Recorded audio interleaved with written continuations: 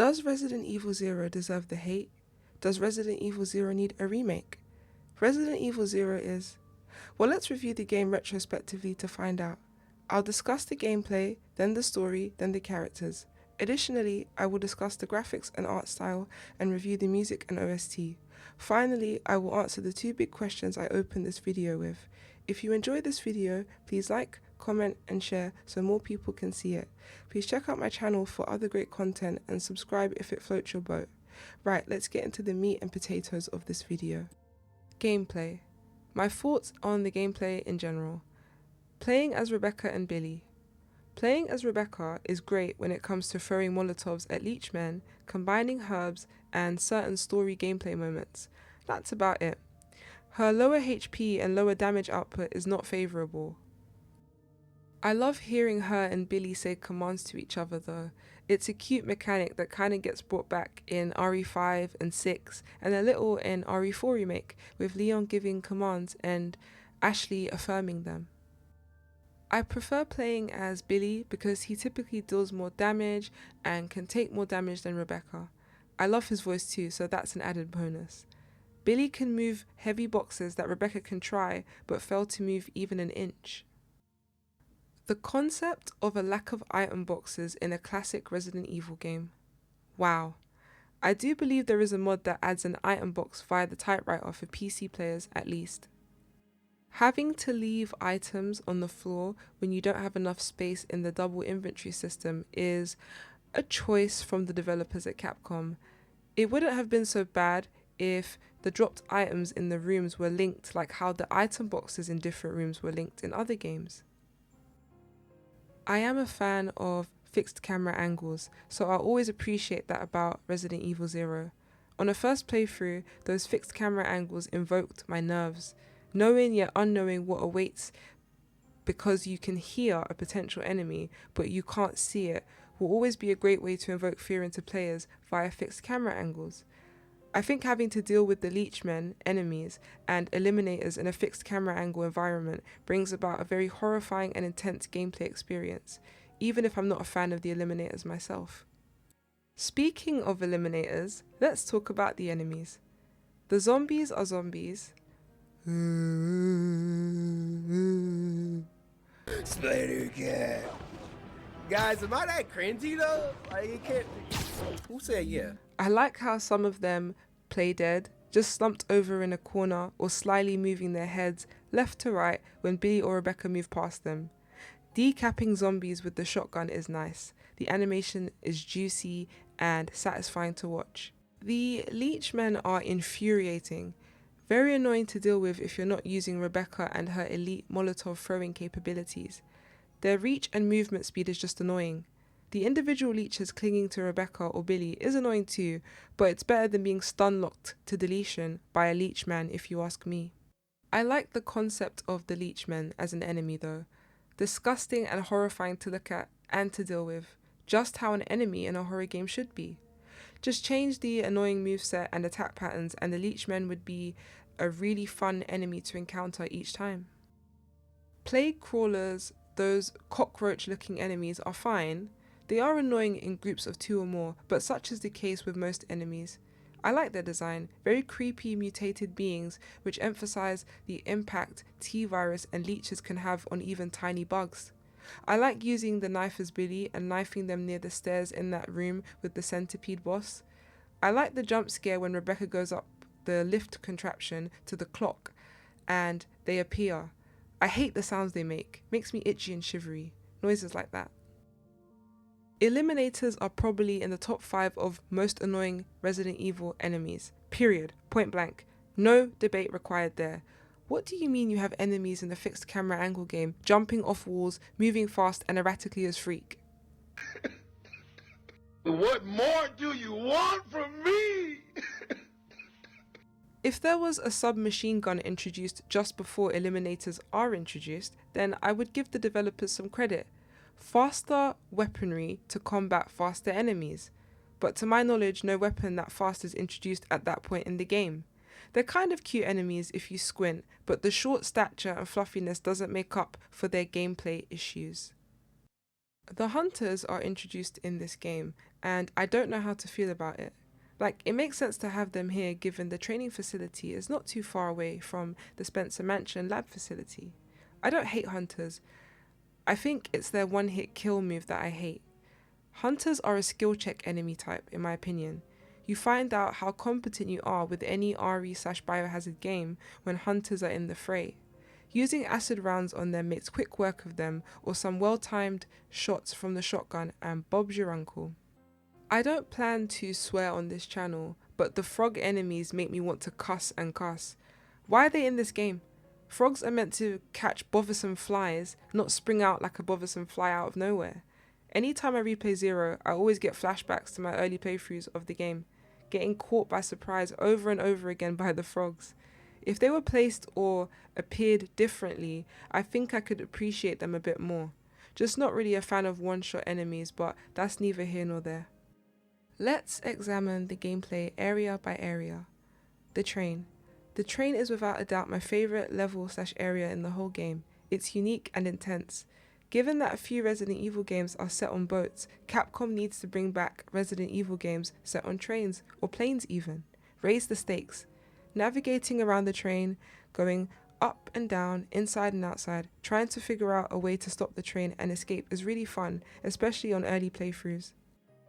I kind of understand why the level is short, but I wish it could have been longer. The Scorpion boss is a piece of cake. Selecting Billy to fight the boss and equipping the knife makes the fight child's play. I heard there's a skip you can do to avoid that fight, but I love using the knife on the Scorpion on each playthrough, so I've never tried the skip.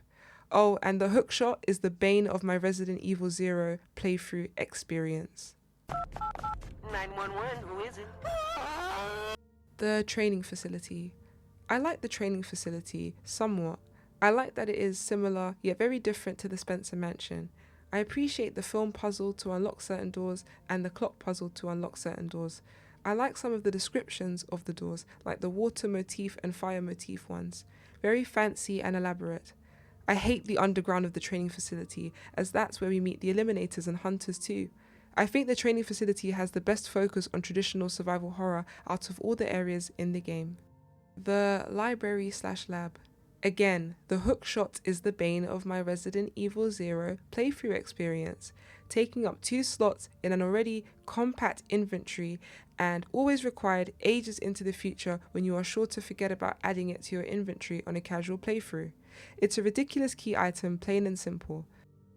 It is a cool idea though to have a tool that gets the protagonist to out of reach places.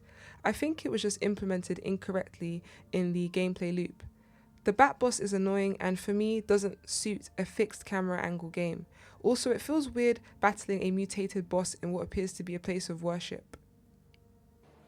Something about this doesn't sit right in my spirit. I like the library/lab area. Not a fan of the surprise Leechmen appearances though.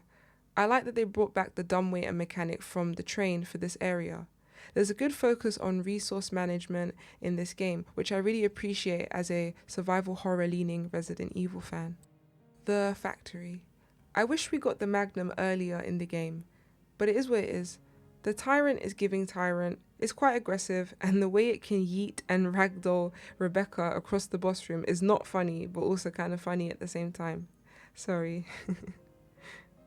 The room with the bridge and the frogs is the room I hate the most. I hate when the frogs one-shot you with their tongue. It's rage-inducing when you're trying to just make it to the end of the game after a long playthrough session or a speed run.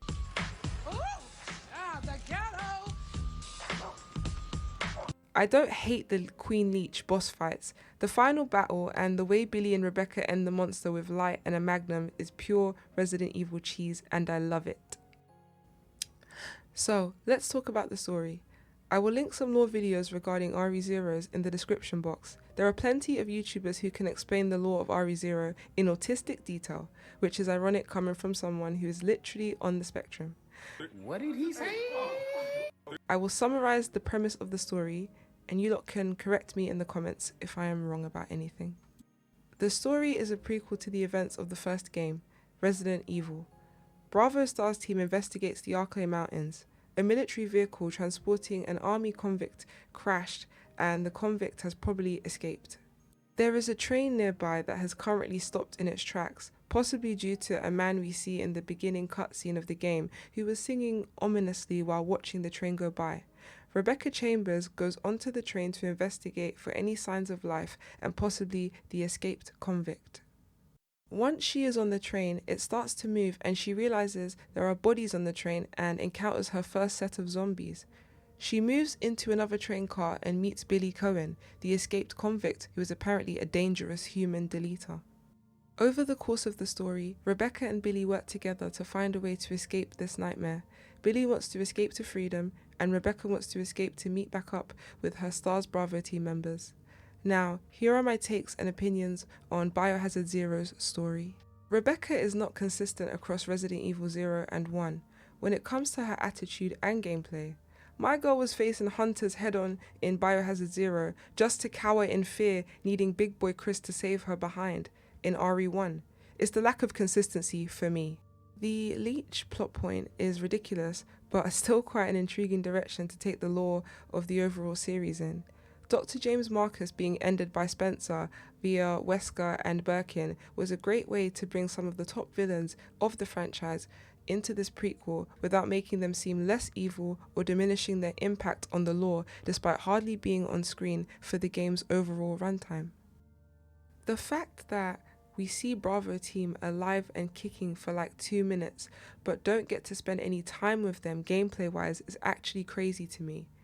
Resident Evil Zero's story should have focused on multiple Stars members, with Rebecca being the main character still.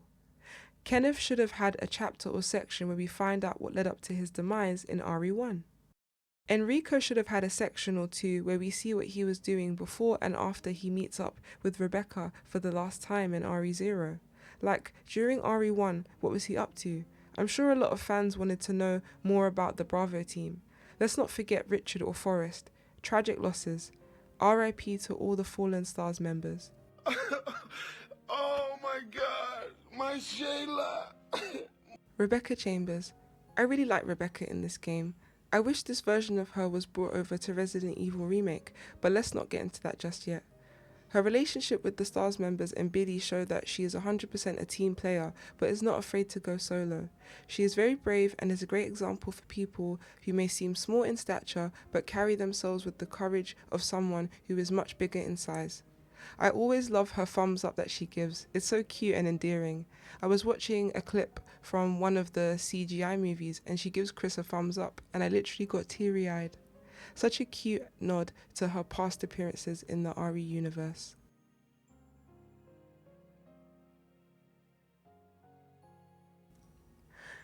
Billy Cohen. I really like Billy too. He's hot, he's strong, he's playful, he's stoic, he's emotional. And my man, thank you to my man. With Billy, up until he's forthcoming about his past, it feels like you're playing as an antagonist or a villainous character. I think anti-hero could be the right term. The story and gameplay could have made him appear more suspicious and morally grey to add more impact to the revelation that Billy is actually a good guy caught up in a bad situation. I'm sure many RE fans want to know what became of him after the events of this game. A remake could expand his lore and characterization like Luis in RE4 Remake. Dr. James Marcus. I feel bad for the real Dr. Marcus. He didn't deserve to go out like that. Don't get me wrong, he was still a criminal and partly responsible for the T-Virus's horrific impacts on Raccoon City. However, he, along with any surviving and complicit employees of Umbrella, should have been captured by law enforcement and publicly tried for their crimes against humanity. The Queen Leech version of him has a nice singing voice, and it's kind of sweet that the Leeches decided to present themselves in the image of their creator. Albert Wesker. He's not in this game that much, but his few appearances are enough to show that he did not care about the people in the Stars team. He was cold and heartless. Combat data and money was all he cared about at that point in his life. Wesker, watching some of what Rebecca was experiencing in the training facility without a care in the world, perfectly exemplifies his cold and villainous ways. He's still probably the best villain in the franchise, but there's just not enough to work with in this game to showcase that notion. 7 minutes. 7 minutes is all I can spend to play with you. William Birkin. Birkin, aka G, is not in this game for a long amount of time either. What we get from him is just more reasons why, despite feeling sympathies for Sherry, it's a blessing to people in the RE universe that Birkin got deleted by Claire and Leon in Resident Evil 2. An evil mad scientist through and through. Now let's talk about the graphics and art style. The pre-rendered backgrounds in this game are phenomenal. The train is peak. I wish we got to stay on it longer, even just to admire and gaze upon beautifully crafted, pre-rendered graphics. All game models are very aesthetically pleasing, whether it's the enemies looking horrific and grotesque as they should, or if it's just Billy looking fine as hell, or Wesker looking mischievous as usual. The graphics and art style are in the top 5 of the franchise for me. Can't think of any complaints at this time. That was too good. Let's get the bell per. Let's talk about the music and OST. Overall, the soundtrack to this game is solid. On average, each track matches the vibe of where it is placed during the game's runtime. Highlighting some of my favourite tracks, I could talk about the save theme and how it is in the top 10 of the franchise. It's beautiful, melancholy, and yet hopeful, which is how you can describe a majority of save themes across the series. The track that plays when you first load up the game is cool. I think it's more suited to Billy than Rebecca due to its intense and action-oriented vibe, but a great track nonetheless. I think Queen Leech Marcus's lullabies are hauntingly beautiful and would work in many goth and horror type of movies. The first zombie encounter track is cool and perfectly matches the vibe of someone's first time encountering a zombie, especially if they've never played a Resident Evil game before. I would highly recommend checking out the OST even if you've never played the game. In fact, check out the OSTs for all the RE games at this point. So, is Resident Evil 0 really that bad? And does Resident Evil 0 need a remake? No, and yes, it does. Mainly to fix the gameplay and story cohesiveness. If RE0 never gets a remake, I wouldn't be sad because I can still and will forever appreciate it for what it is. A classic fixed camera angle survival horror game with draws and flaws. RE0 is a grower, not a shower. And you know what? What was that? I'm sure the answer I've given was seen from a mile away from the average viewer of the video, but it was necessary to actually go through the game and describe and explain certain aspects of it to back up my answer as to whether or not Biohazardzero needs a remake. Zero is not that bad. It is arguably in the top 5 for worst games in the franchise, but it's not the worst game in the world. It's still a complete project that delivers a full gameplay experience. The voice acting is good, the game is a real challenge, there's replay value through unlockables, extra modes like Wesker mode and speedrunning. I just want to detail things I would like to see in a remake of RE0. Let's see if you guys agree, disagree, or have any nuanced takes about my list. Let's go. Camera angles. Capcom should give you the option to play in either fixed camera, third person over the shoulder, or first person.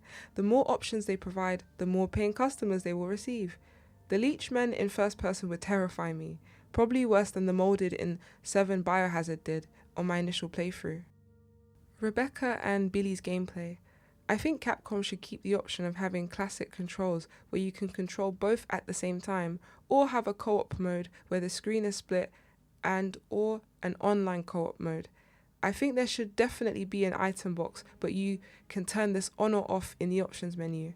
If you turn it on, then you get the OG mechanic of having to leave items on the floor of certain rooms. I also think for online co-op, Capcom should allow 2 players to swap between playing as Billy and Rebecca on the fly. Billy and Rebecca need more inventory spaces, at least 2 more each. When I first played Zero, it felt like I was playing as Chris in RE1 twice all at once. 6 slots is not fun in an already challenging game like this. Maybe on a more difficult mode, Capcom can reduce your max inventory to 6 slots.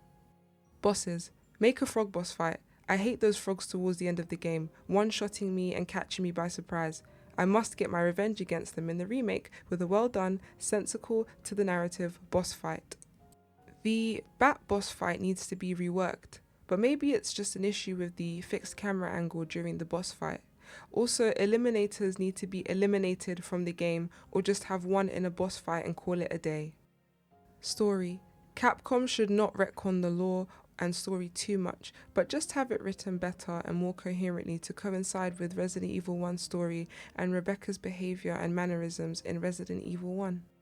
Music and OST. The music is fine already, so they don't need to add anything new except maybe an alternate save theme or remix of the save theme from the OG. I'm not against a brand new OST if the music is of high quality and the vibes are immaculate. Well, that's all I have to say about this game for now. I actually enjoy talking about this game because of the discourse it can bring about with RE/Biohazard fans, positive and negative. It's not a bad game at all. It's a flawed game. I look forward to seeing and interacting with the discourse surrounding this video and Resident Evil Zero in general. Again, please like, comment and share this video so more of you beautiful people can see it and bring about further discussion surrounding this game and its potential remake. Check out my channel and read my bio. If you like what you see, please subscribe. Much love and respect to all. God bless you and goodbye.